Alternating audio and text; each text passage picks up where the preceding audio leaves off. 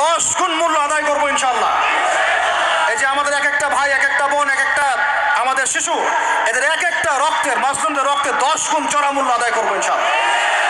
আমাদের বাচ্চাদেরকে বোম মেরে হত্যা করা হয়েছে, আমাদের বোনদেরকে দিনের পর দিন ধর্ষণ করা হয়েছে, বিগত 100 বছর হয়ে গেল।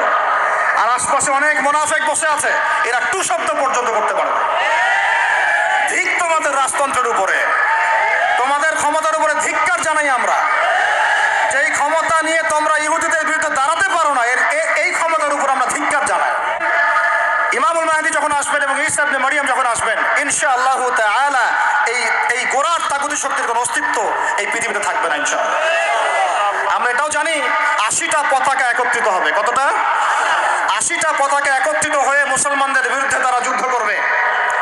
ইতিহাসের ছাত্র কেউ থাকলে আমার সামনে দাঁড়ায় বলেন তো, যে এই পুরো বিশ্বের ইতিহাসে কোনোদিনও 80টা ফ্ল্যাগ একত্রিত হয়ে মুসলমানদের বিরুদ্ধে লড়েছে?